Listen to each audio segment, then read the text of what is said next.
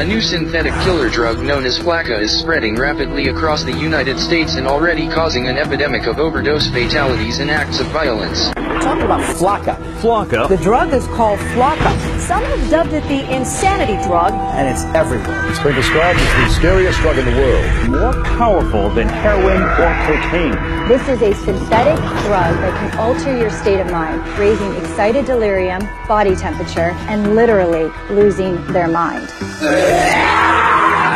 They're all experiencing like superhuman kind of strengths. It takes 6 policemen to hold them down. That's a problem. Psychotic breakdowns, hallucinations, aggressive, violent behavior, Cannibalism and self-mutilation. indiscriminate violence. When flakka takes over, We are living in the context of the end of the age. We are a nation under judgment.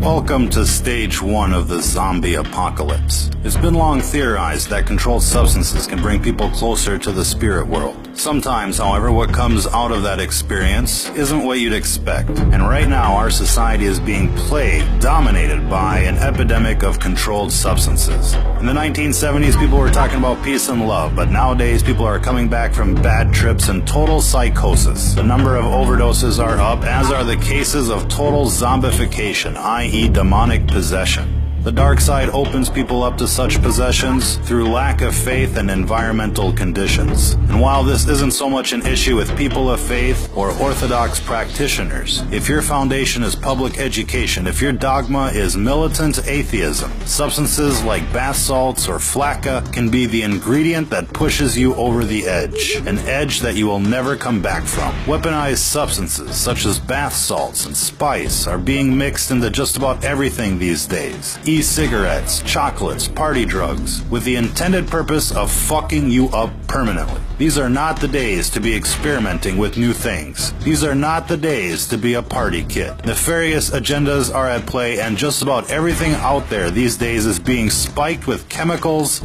to do you in. This recent craze of legal highs, for example, has become epidemic in proportion. Coupled with the outbreak of pharmaceutical abuse, heroin abuse, meth abuse, this all has the potential to doom an entire generation like never before. Our message is clear. Don't be a guinea pig. Whatever is out there circulating on the streets these days is experimental in nature. Cities are receiving experimental batches so that the effects can be recorded and analyzed. Now, we'd like to think that most of you out there have the common sense to avoid these types of substances. But if not, let this be a fair warning to you. If what you're into is not 100% natural, if your surroundings and mental state is not 100% positive, whatever you're thinking about is not worth the experimentation. Even alcohol has the potential of channeling in evil spirits. If you go to a liquor store in British English societies, hard liquor is called spirits, and it's called spirits for a very good reason. Again, these are gateway substances, and when they're added to the atheist psyche, anything is possible. If you've ever seen somebody turn bright red while drinking, you're basically watching demonic forces take over. Most times, the affected individuals are unaware, and while most of us dismiss their drunken behavior as simply being drunken behavior, there is something else going on. The dark side is constantly trying to induce what's called mutation by design. It's the main reason why everything you buy is laced with chemical or unnatural substances. They call the food GMOs, with the intended purpose of changing the composition of people from a natural state to an unnatural state, from a natural vibration to an unnatural vibration. And while this gets into the metaphysics of the world at large, what you're seeing here isn't natural,